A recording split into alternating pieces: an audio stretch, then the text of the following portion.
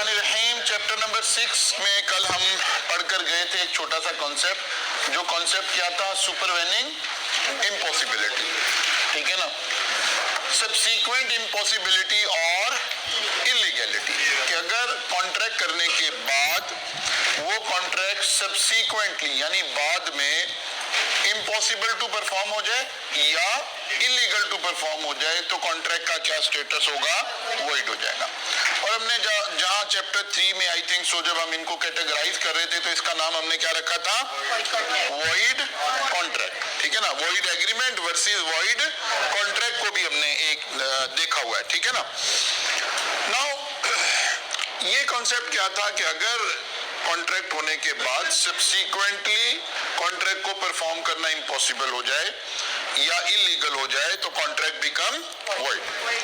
अब इम्पॉसिबल हो जाए से क्या मुराद है? तो पता चला यार ये चार बातें मुराद है। डिस्ट्रक्शन ऑफ सब्जेक्ट मैटर हो जाए, या डेथ और personal incapacity in the contract of personal nature, declaration of war, particular state of things ceases to exist. इनमें से चार में से कोई बात हो जाए तो हम कहते हैं सुपरवेनिंग इम्पॉसिबिलिटी क्रिएट हो गई है, यानी कॉन्ट्रैक्ट को परफॉर्म करना मुमकिन नहीं रहा, बियॉन्ड दी कंट्रोल हो गया। सुपरवेनिंग इम्पॉसिबिलिटी जिसको हम बोलते हैं, ठीक है ना। लेकिन इसमें से बहुत सारी बारीकियां निकल सकती थी, तो थोड़ा सा डिफाइन हो गया कि नहीं यार इस तरह की बातें इसमें शामिल नहीं है। Not acceptable ground of supervening impossibility, performance of the contract become difficult, more costly, less beneficial, contract become commercially unviable, the default by third party, strike, ये सारी बातें जो है ये impossible नहीं है। grounds of supervening impossibility नहीं, ठीक है ना। grounds of supervening impossibility नहीं। इसका मतलब है दो तरह का सवाल आ सकता है। एग्जामिनर सिचुएशन देगा और कहेगा बताइए जनाब इस कॉन्ट्रैक्ट का स्टेटस क्या है, तो हमें देखना पड़ेगा कि वो वाली चार बातें हो रही हैं या इन पांच में से कोई हो रही है, ठीक है ना। वहां से हमें ऑब्वियसली स्टेटस पता चलेगा। ये सारा काम भी हम करके थे। Compensation in certain circumstances where one person has promised to do something which he knew or with reasonable diligence might have known and which the promisee did not know to be impossible or unlawful. Such promiser must make compensation to such promisee for any loss which such promisee sustain through non-performance of the promise. मसलन क्या हुआ जी? A contract to marry B, being already married to C and being forbidden by the law which he is subject to practice polygamy. अब ये इसी तरह ICAP की example है, मैंने कोट की हुई है। A must make compensation to B for the loss caused to her by non-performance of his promise. वो कहते हैं अगर कोई ऐसा पर्सन हो where one person has promised to do something जिसका उसे पता हो या उसे पता होना चाहिए था, विद रीजनेबल डिलिजेंस का मतलब है उसे पता होना चाहिए था। क्या जी? क्या पता होना चाहिए था? which the promisee did not know to be impossible or unlawful, यानी उसे ये पता होना चाहिए था कि भाई ये काम जो है ये परफॉर्म नहीं हो सकता, और फिर भी आपने वादा कर लिया। तो यहाँ कंपनसेशन का एक कॉन्सेप्ट आ रहा है। चैप्टर 8 में चलेंगे तो असल में डैमेजेस जब पढ़ेंगे ना वहां हमें एक थोड़ी सी ये बात क्लैरिफाई होगी कि कब डैमेज पे करना है और कब डैमेज पे नहीं करना। और हमने एक छोटा सा अभी तक लफ्ज लगाया हुआ है कि डैमेजेस मीन्स एक्चुअल लॉस, ठीक है ना। तो वहां चलकर ये वाला सेक्शन दोबारा टेकअप होगा असल। अच्छा जी, advantage received under void agreement और वॉइड कॉन्ट्रैक्ट। ये क्लासिफिकेशन तो हम पहले पढ़ कर आए। Void agreement means void ab initio, जब आप कॉन्ट्रैक्ट कर रहे थे उस वक्त भी लॉ ये कह रहा था कि भाई ये कॉन्ट्रैक्ट ना करें। और वॉइड कॉन्ट्रैक्ट मींस जब आप कॉन्ट्रैक्ट कर रहे थे ये बिल्कुल वैलिड कॉन्ट्रैक्ट था, कोई बाद में सुपरवेनिंग इम्पॉसिबिलिटी क्रिएट हुई है या इलीगैलिटी क्रिएट हुई है सब्सिक्वेंटली, पिछले वाला जो भी पढ़कर है। वो कह रहा है अगर इन दोनों सूरतों में हमने कोई एडवांस दिया हुआ है, वो मैरिज हॉल को हम पैसे देकर आए थे ना, और बाद में कोविड की वजह से आउटडोर इवेंट बंद हो गए, या जैसे आजकल स्मोक की वजह से गवर्नमेंट कोई नोटिफिकेशन जारी कर देती है, तो ये क्या हो गया, इलीगैलिटी क्रिएट हो गई। तो कहते हैं an agreement is discovered to be void और when contract become void, दोनों एरिया कवर हो गए। Any person who has received any advantage under such agreement or contract is bound to restore it or to make compensation for it to the person from whom he received it। यानी क्या मतलब हुआ, doctrine of restitution will apply, ठीक है ना, बल्कि हम यहाँ पर ये लफ्ज लिखाएंगे। So in this circumstances doctrine of restitution will apply। जाहिर है ये तो नहीं लॉ कह रहा कि जनाब अब इलीगल हो गया तो जो पैसे इवेंट वाले ने लिए हुए थे वो पैसे उसके हो गए, नहीं, वो क्या पैसे तो उसके नहीं होंगे ना, जाहिर है हमने सर्विस नहीं ली है तो पैसे हमें वापस मिल जाएंगे, वो इवेंट परफॉर्म नहीं हो सका तो पैसे हमें वापस मिल जाएंगे।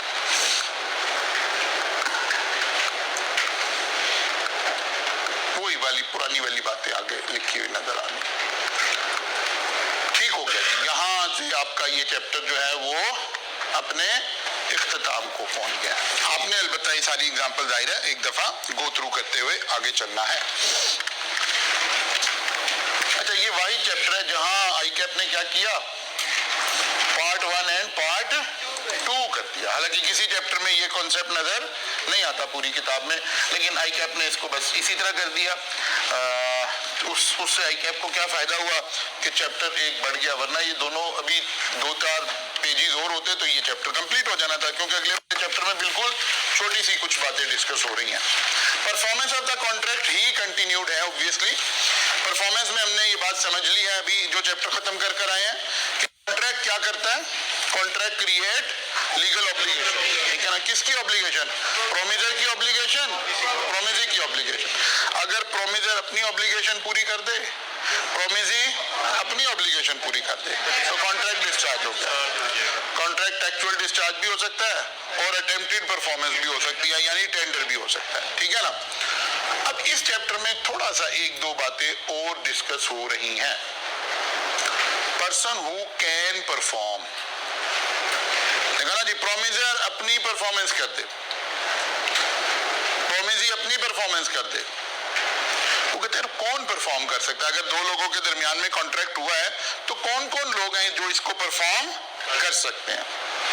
सबसे पहले जाहिर है प्रोमिजर हिमसेल्फ उसे परफॉर्म करेगा। If a contract is of personal nature और it was agreed that promise will be performed by promiser himself, then such promise must be performed by promiser। वो कहता है वो कौन से सर्कमस्टांसेस हैं जहां कॉन्ट्रैक्ट को सिर्फ प्रोमिजर ही परफॉर्म कर सकता है, कोई और नहीं कर सकता। 2 सर्कमस्टांसेस। एक तो बाय डिफॉल्ट कॉन्ट्रैक्ट की नेचर कौन सी है, पर्सनल नेचर है। पर्सनल नेचर हमें समझ आ गई हुई है, किसी सिंगर से कॉन्ट्रैक्ट हुआ है, किसी रिनाउंड पर्सनैलिटी से कॉन्ट्रैक्ट हुआ है, जो सेलिब्रिटीज हैं उनके साथ कॉन्ट्रैक्ट हुआ है। आपने सिर्फ इतना कहा कि सर आप अपना राइस कॉलेज जाएंगे, बस हमें कोई देख हमारे साथ बैठ के चाय पी ले, कोई एक रिनाउंड आदमी है, उसका आना मैटर करता है, ठीक है ना। तो इस तरह के कॉन्ट्रैक्ट सारे के सारे क्या हैं, पर्सनल नेचर क्या है। खुदा ना खास्ता उस आदमी की डेथ हो जाए तो उसका बेटा कहे जी मैं आ जाता हूँ, बेटे की तो कोई हैसियत नहीं है तुम्हारे उसमें, ठीक है ना। जो सेलिब्रिटीज हैं, जो जिनकी अपनी कोई शनाख्त है, जो बड़े कोई सिंगर्स हैं, कोई बड़े किसी भी फील्ड के बड़े लोग हैं, कोई सिंगर ही जरूरी नहीं है, कोई किरत करने वाला कोई बहुत बड़ा कारी है, कोई कारी सुदैस है, कोई फुला है, कोई दिमाग है, कोई भी ऐसा बंदा जिसकी जो परफॉर्मेंस है वो उसकी पर्सनल नेचर की है, ठीक है ना। ये वाले कॉन्ट्रैक्ट सिर्फ और सिर्फ प्रोमिजर ही परफॉर्म कर सकता है। एक तो ये बात होगी। एक दूसरी बात हो गई, अगर लॉ हमेशा लिबर्टी देता है कि जो लोग 2 कॉन्ट्रैक्ट कर रहे हैं वो खुद भी थोड़ा इंटरवीन कर सकें, और it was agreed that promise will be perform by promisor himself. Generally जो तो पर्सनल नेचर की सर्विसेज नहीं है। लॉ जर्नल मीनिंग ये लेता है कि यार यहाँ काम का होना मकसद मैटर करता है। मसलन हमने एक पेंट वाले को बुला लिया और उसे कहा यार कॉलेज को ना पेंट कर दो, तो ठीक है सर, हो जाता है। अब जब हम ये कॉन्ट्रैक्ट दे रहे हैं तो हमारा मकसद क्या है, कॉलेज में पेंट हो जाए। अब उसने अपनी टीम लगाई, उन्होंने पेंट कर दिया। As far as quality of work is fine, तो फिर हमें कोई एतराज नहीं है, हम सबको पता है। लेकिन अगर हम कॉन्ट्रैक्ट देते वक्त उसे कहें कि यार देखो भाई, तुमने टीम नहीं लगानी, तुमने खुद काम करना है, काम भले लेट हो जाए, तुम रोज का एक रूम करते जाओ, लेकिन काम तुमने करना, टीम नहीं लगानी। हालांकि ये काम पर्सनल नेचर का नहीं था, लेकिन इस शिक की वजह से क्या बन गया, पर्सनल नेचर का बन गया। अब प्रोमिजर ही परफॉर्म कर सकता है, प्रोमिजर के अलावा किसी ने परफॉर्म किया तो वो परफॉर्मेंस अब एक्सेप्ट नहीं होगी। यानी वो कौन से सर्कमस्टांसेस है जहां सिर्फ और सिर्फ प्रोमिजर परफॉर्म कर सकता है। तो दो सूरतें हालात, number 1 contract is a personal nature, और it was agreed that promise will be performed by promiser himself। ठीक होगी बात। एक उसूल आ गया हमारे पास। दूसरा उसूल, वो कौन से सर्कमस्टांसेस हैं जहां प्रोमिजर का एजेंट भी परफॉर्म कर सकता है। If the intention of the party is that promise can either be performed by promiser himself or any competent person employed by him, then such contract can be performed by the promiser himself। यानी इसका मतलब है ये non personal nature के contract की बात हो रही है। वो जो पहले वाली एग्जांपल मैंने आपको दिया कि हमने कहा यार भाई आप पेंट कर दें, अब हमने अगले वाली शिक नहीं डाली है, इसका मतलब है वो खुद कर दे या उसका कोई कॉम्पिटेंट पर्सन कर दे, एज फॉर एज काम हमारा ठीक हो। ये नहीं कि काम जैसा मर्जी हो जाए, काम हमारा ठीक हो, ठीक है ना। तो इन सारे सर्कमस्टांसेस में क्या हो सकता है, एजेंट अगर परफॉर्म कर देगा तो कॉन्ट्रैक्ट फिर भी डिस्चार्ज हो जाएगा, परफॉर्म हो गया कॉन्ट्रैक्ट। बेटा वो कौन से सर्कमस्टांसेस हैं जहां लीगल रिप्रेजेंटेटिव परफॉर्म कर सकते हैं। अब आपको पता लीगल रिप्रेजेंटेटिव का मतलब है डेथ के बाद, unless a contrary intention appear और the contract is of personal nature. दो एक्सेप्शन निकाल दिए उसने। On death of promisor his legal representative can perform contract. इसका पहले तो असल उसूल पढ़ते हैं। Legal representative of promisor can perform the contract in case of death of promisor. असल उसूल आ गया। एक्सेप्शन क्या है, पर्सनल नेचर।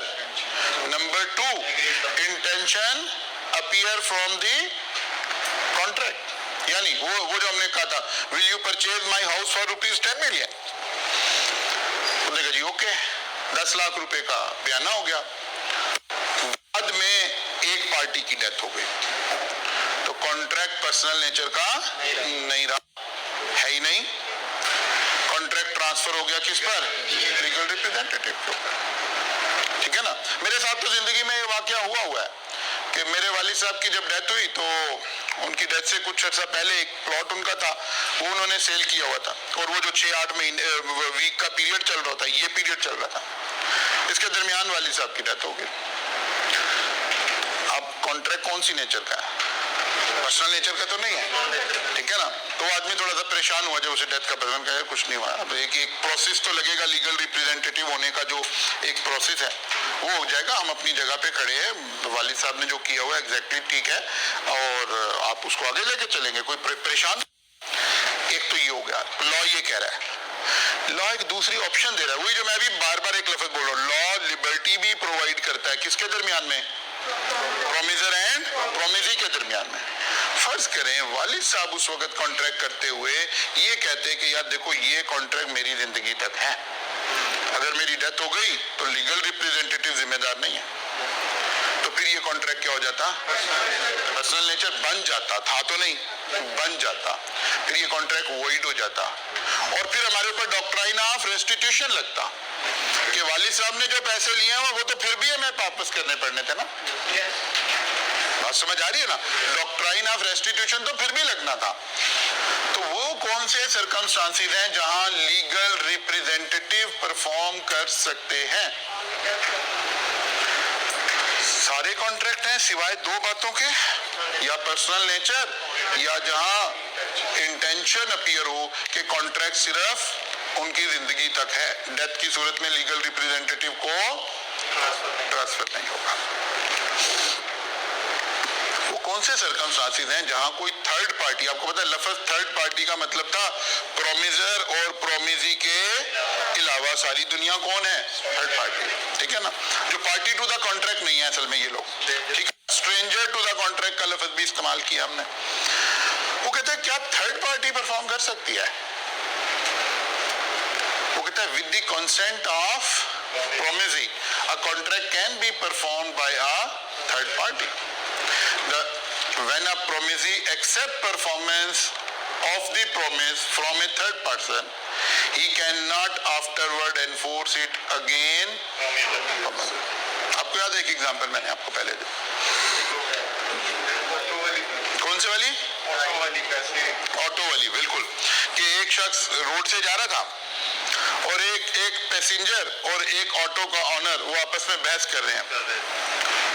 उसने देखा यार धूप में इतने खड़े हैं बेचारे बहस कर रहे हैं, उसने कहा क्या मसला? उसने कहा जी 500 रुपया मेरा और बनता है, देता नहीं है। उसने 500 रुपया निकाल के ऑटो वाले को दिए। यार ये लो, छोड़ो यार, लड़ाई ना करो। ऑटो वाला थोड़ा सा आगे चला गया, ये बंदा चला गया, ऑटो वाले ने ऑटो मोड़ा था और वापिस आके कहा था निकालो 500। कहा यार वो तो दे दिया है। कहता है यार उसका क्या ताल्लुक था इस बात से? लॉ ये वाला ताल्लुक बता रहा है कि क्या उसका ताल्लुक था या नहीं था। लॉ कह रहा है अगर ऑटो वाला उससे पैसे ना लेता और उस वक्त कहता कि भाई जान आपका मेरा कोई मसला नहीं है, मेरा तो मामला इस बंदे से, मैं आपसे क्यों ले लूं भाई। अब ये पैसेंजर ये नहीं, और वो ये बंदा कहे यार ये अच्छे बंदे हैं, मुझे बीच में रगड़ रहे, वो कहता अच्छा भाई लड़ते रहो, बिस्मिल्लाह, मैं जा रहा हूं। अब पीछे से ये जो बंदा दूसरा था ये कहा यार वो पैसे दे रहा था, तुमने नहीं लिए, तुम्हारा कसूर है। नहीं, लॉ ये भी नहीं कह रहा, बात समझ आ रही है? लॉ ये भी नहीं कह रहा।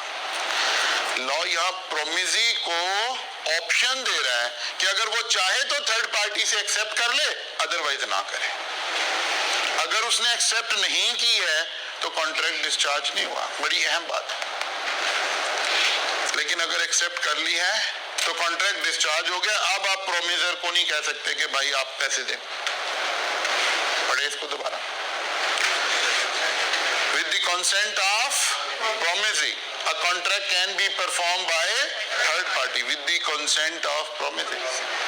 When a promisee accepts performance of the promise from a third person, he cannot afterward enforce it against promisee.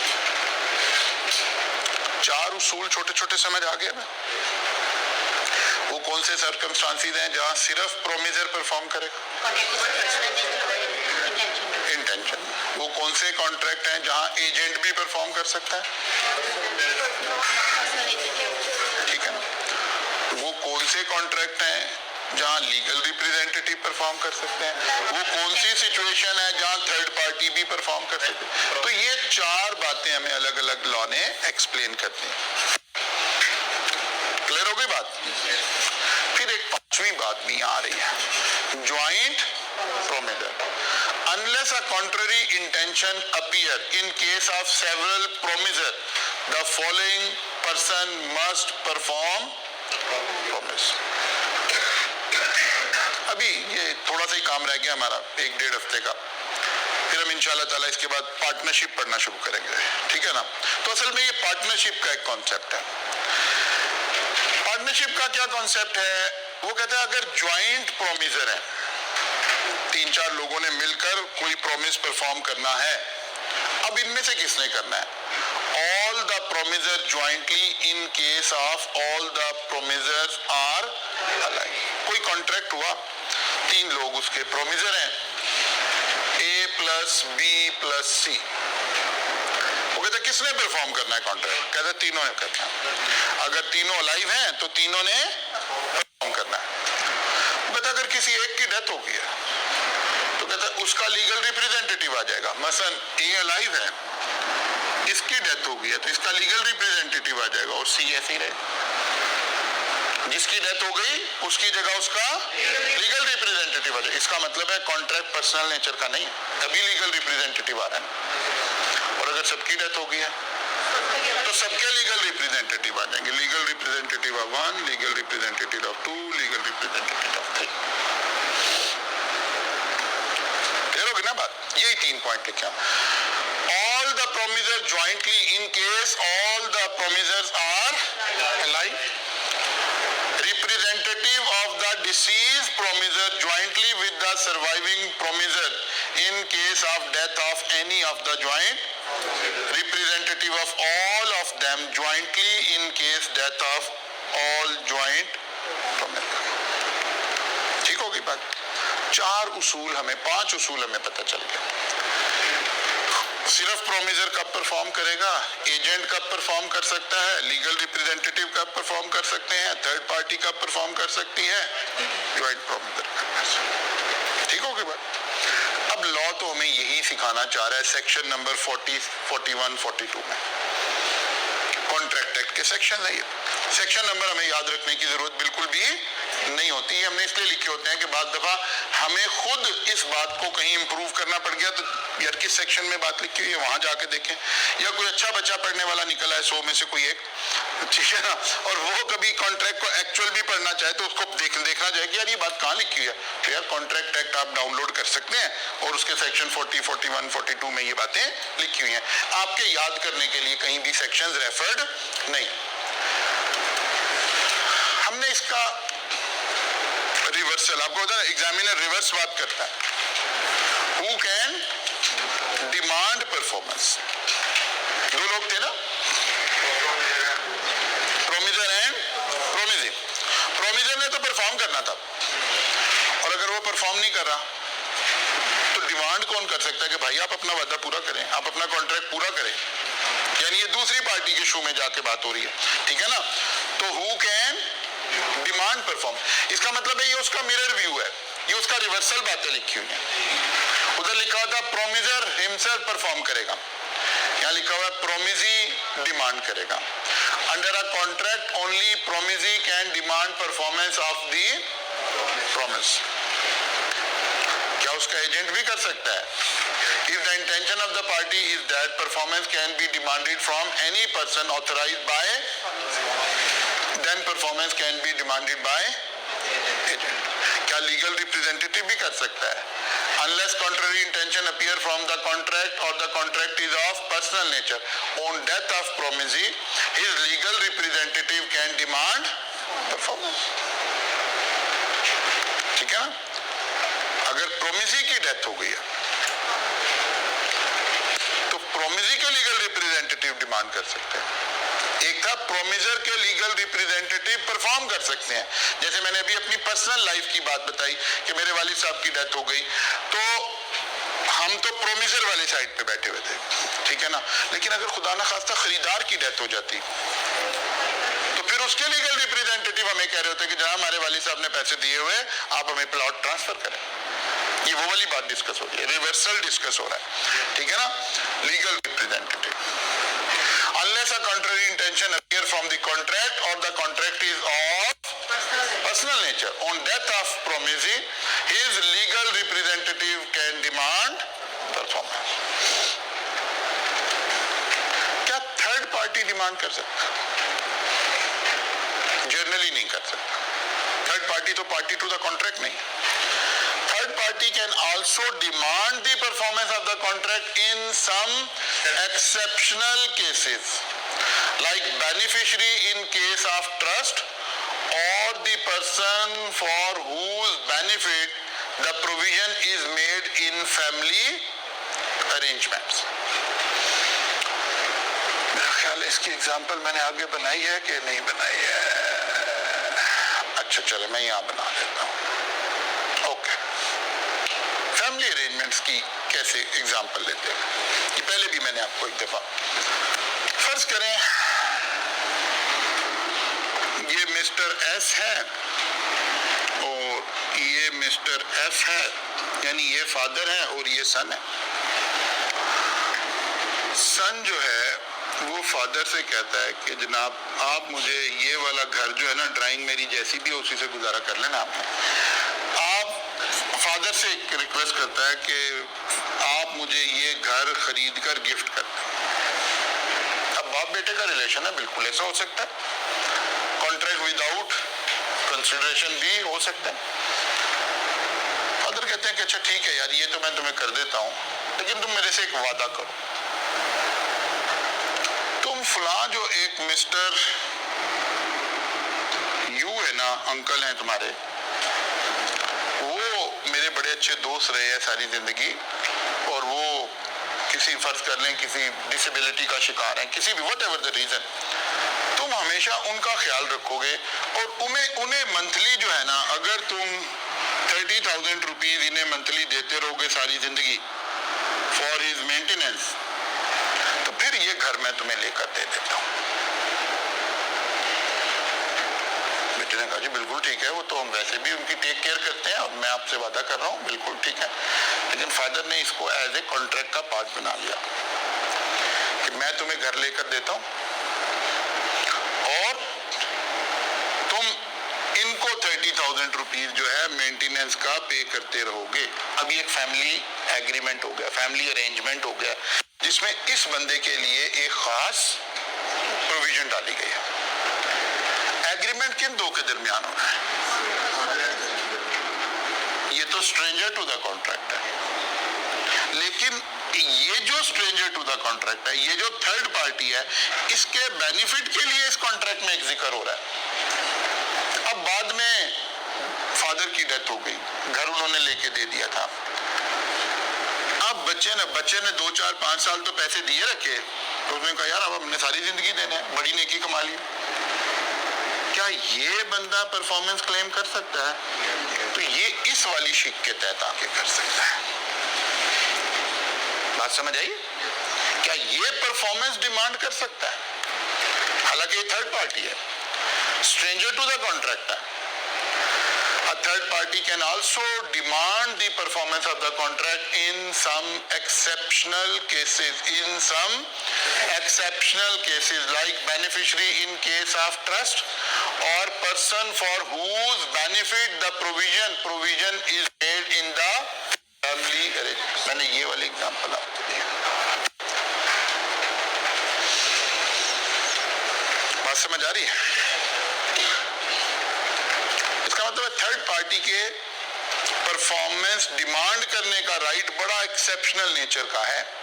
या तो वो डायरेक्टली बेनिफिशियरी हो किसी ट्रस्ट में, यानी किसी आदमी ने मरने से पहले किसी ट्रस्ट को अपनी जायदाद डोनेट कर दी, ठीक है ना, या वसीयत कर दी अपने बच्चों को कि जी मेरी डेथ के बाद मेरी ये जायदाद जो है शौकत खानम को दे दी जाए, और मरने के साथ ही 9 मई की मजम्मत भी की जाए और मेरी जायदाद जो है वो शौकत खानम को भी ट्रांसफर कर दी जाए।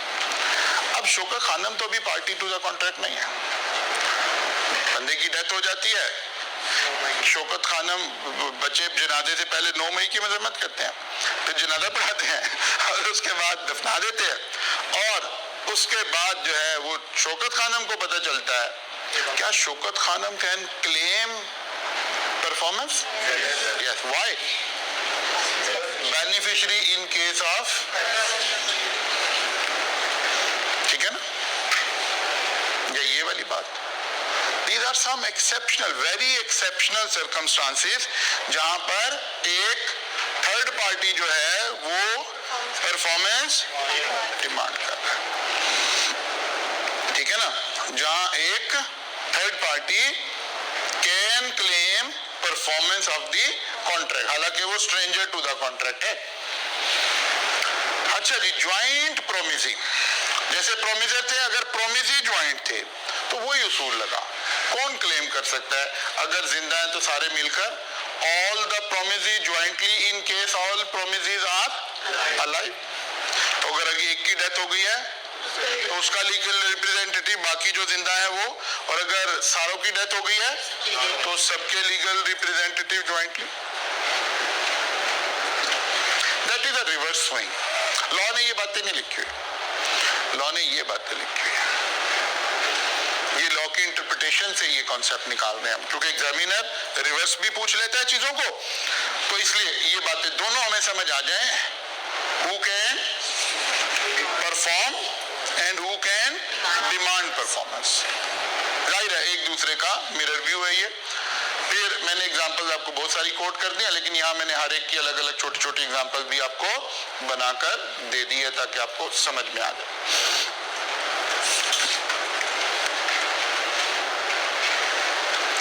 फिर एक और रूल आ गया, rule regarding performance of joint promisor. एक लफ्ज हमने इस्तेमाल करना है, जैसे ही हम पार्टनरशिप में चलेंगे ना, तो एक लफ्ज हमने यूज करना है, ज्वाइंटली एंड सेवरली। यहाँ लिखा हुआ joint and several liability of the joint promisor. पहले ज्वाइंटली को समझते हैं और फिर सेवरली को समझते हैं, ठीक है ना। मसलन फर्ज कर लें आप स्टूडेंट, 5 स्टूडेंट इकट्ठे होकर ना, उन्होंने कहा यार सर जाहिद कहते रहते हैं कि भाई आप लाहौर आए हैं तो लाहौर आकर अपनी थोड़ी सी ग्रूमिंग भी करें, अपनी ट्रेनिंग भी करें। यही वो टाइम है जिसके अंदर आप अपनी पर्सनैलिटी के ऊपर, अपनी शख्सियत के ऊपर कुछ टाइम स्पेंड करना है आपने। बच्चा पता क्या सोच रहा होता है जब वो सीए करने आता है, क्योंकि सीए एक ऐसा प्रोफेशन है जिसमें ज्यादा अक्सरियत, मेजॉरिटी ऑफ द स्टूडेंट कहाँ से आते हैं, हम्बल बैकग्राउंड से आते हैं, आम घरों के, लोअर मिडिल क्लास फैमिलीज के बच्चे उसमें आते हैं। क्योंकि यही असल किसी भी मुल्क की, किसी भी नेशन की असल जो ताकत है वो यही क्लास होती है। एक वो क्लास है जिसके पास अल्लाह ने सारे वसाइल दिए हैं। उस क्लास के बच्चों को आपकी एज में रातों को जागने का कोई इंसेंटिव नहीं है। मलक रियाज का बच्चा इस क्लास में नहीं बैठा होगा, जहांगीर तरीन का बच्चा इस क्लास में नहीं बैठेगा। वो क्यों रातों को जागे, वो सोने का निवाला लेके पैदा हुआ है, वो आपकी तरह आए, हॉस्टल में आए, जान लगाए, मेहनत करे, क्यों करे भाई? उसके लिए अल्लाह ताला ने और तरह का निजाम लिख रखा है। मुझे आपको एफर्ट लगानी है कि यार हम अपनी जिंदगी बदलना चाहते हैं, अपने हालात बदलना चाहते हैं, आगे बढ़ना चाहते हैं। अब क्योंकि हम हम्बल बैकग्राउंड से आए हुए हैं तो हमारी पर्सनैलिटी उस तरह ग्रूम्ड नहीं है जिस तरह माशरा ग्रूम्ड है समटाइम। हमें अपनी पर्सनैलिटी के ऊपर भी फोकस देना है, अपनी जात के ऊपर भी थोड़ा थोड़ा इन्वेस्ट करना है। हमने अपने अंदर से वो जो शायद ये लफ्ज़ पता नहीं आप सबको अच्छा लगेगा या नहीं लगेगा, लेकिन मैं एज अ मेंटोर बोलने लगा हूँ, हमें अपनी जात के ऊपर वो जो टैग लगे हुए हैं ना, कौन से टैग लगे हुए हैं, किसी इलाके के, किसी नस्ल के, किसी जबान बोलने वाले के, हमें ये डिलीट करना है अपने ऊपर से। ग्रूमिंग का एक सादा मतलब समझा रहा हूँ मैं। यानी हम कहते हैं ना यार, एक अपेरेंटली देख के पता चलता है ये शख्स देहात से इसका ताल्लुक है, इसका देहात से ताल्लुक नहीं है, ये नजर नहीं आना चाहिए। यानी देहात से ताल्लुक होना कोई बुराई नहीं है, शहरों से ताल्लुक होना कोई बहुत बड़ा तमगा नहीं है, लेकिन ये बात मेरी पर्सनैलिटी से अटैच नहीं होनी चाहिए। मेरे हुलिये से देख के पता नहीं चलना चाहिए मैं किस बेल्ट से ताल्लुक रखता हूँ। ये जिस सराइकी बेल्ट से ताल्लुक रखता है, ये पख्तून बेल्ट से ताल्लुक रखता है, ये उससे ताल्लुक रखता है, मेरे हुलिये को नहीं बोलना चाहिए। हाँ मैं पख्तून हूँ तो मैं पख्तून हूँ, मैं सराइकी हूँ तो मैं सराइकी, मैं पंजाबी हूँ तो पंजाबी हूँ, उर्दू हूँ तो उर्दू, लेकिन मेरी पर्सनैलिटी से नहीं जाहिर होना चाहिए। इसे हम ग्रूमिंग कह रहे हैं। आप देखें, एक हमारा सीए का प्रोफेशन ऐसे है, एक बिल्कुल ऐसे ही फोर्सेस में, आर्म फोर्सेस में लोग ऐसे ही जाते हैं, बिल्कुल इसी तरह का मिक्स आर्म फोर्सेस में पहुंचता है क्लासेस के अंदर। लेकिन वो क्या करते हैं, पहले 6 महीने के अंदर उनकी सबसे पहले उनकी पर्सनैलिटी इंप्रूव करते हैं, उसके बाद आगे बढ़ाना शुरू करते हैं। पहली पासिंग आउट परेड के अंदर वो ये सब पख्तून शख्तून सराइकी शराइकी उसके अंदर से निकाल चुके होते हैं। अब आपको देखकर वो एक आम इंसान नजर आ रहा है। ये काम आप सबको करना है, अल्टीमेटली करना है, लेकिन आपको पता है ये एहसास कब होगा, जब आपकी क्वालिफाइंग अटेम्प्ट दे चुके होंगे ना, उस वक्त आपको, अब आप वहां पहुंचेंगे, उन सीनियर से कांटेक्ट में आएंगे जो कहेंगे यार भाई तुम क्या कर रहे हो यार, सारे पेपर दे दिए? कहते हाँ अल्लाह का शुक्र है सारे। कहते यार तू अभी भी शलवार कमीज ही पहने फिर रहा है भाई, फॉर्म में तो पैंट पहन के जानी थी। कहते हैं अच्छा, कहते अच्छा यार कल जाके खरीद लूंगा, मसला ही कोई नहीं है। नहीं, ऐसे नहीं पर्सनैलिटी डेवलप होती, ऐसे नहीं पर्सनैलिटी डेवलप होती। क्या वन फाइन मॉर्निंग जाएंगे, पैंट खरीदेंगे, शर्ट खरीदेंगे, टाई खरीदेंगे तो बंदर लग रहे होंगे उस वक्त क्योंकि किसी लिबास को कैरी करना भी एक काम है। कोई भी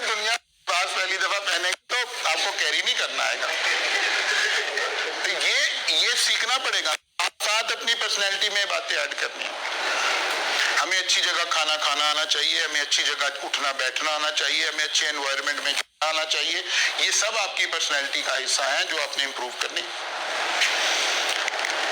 आप लाहौर आए हैं, लाहौर के जो अच्छे अच्छे जो पॉश एरियाज हैं, जो पॉश स्टोर्स हैं, जो बड़े मेगा मॉल्स हैं, आपको वहां जाना चाहिए ताकि आपकी पर्सनैलिटी में कॉन्फिडेंस आना शुरू करे। ये सारी चीजें ट्रेनिंग का हिस्सा हैं और इसमें कोई बुराई नहीं है। हम सब लोग इसी में से गुजर कर आए हैं। हम सब जो मैं खड़ा होकर बोल रहा हूँ, मैं इस सारे में प्रोसेस में से गुजर के आया हूँ। मैं तो एक इंतहाई गरीब माँ बाप की औलाद था, लेकिन अल्लाह का शुक्र है, उसका एहसान है, फिर इन सारी चीजों को लर्न किया, सीखा, इसमें से गुजरे और आज अल्लाह का एहसान है। तो आप सबको ये करना।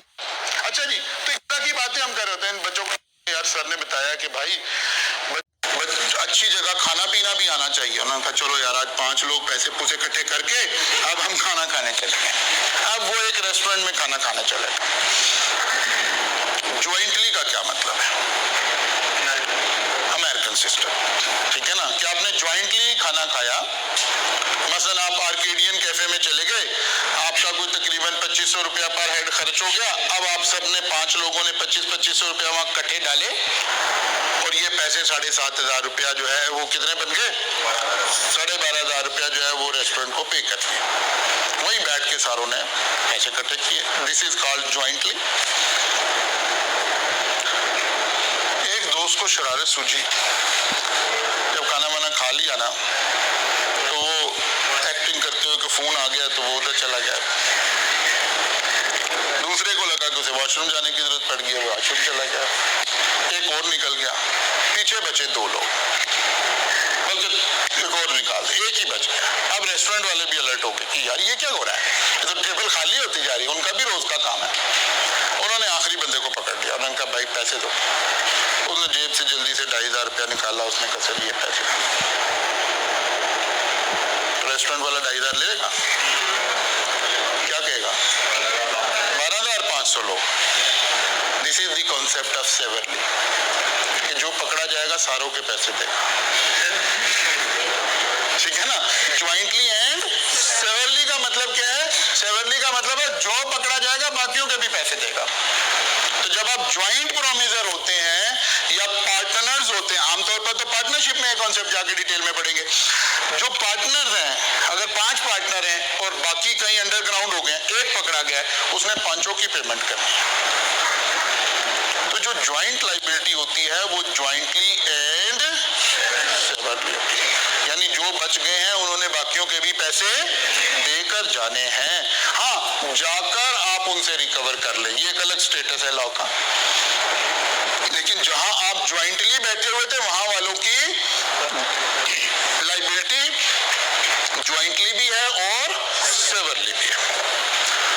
When 2 or more person make a joint promise, the promisee may,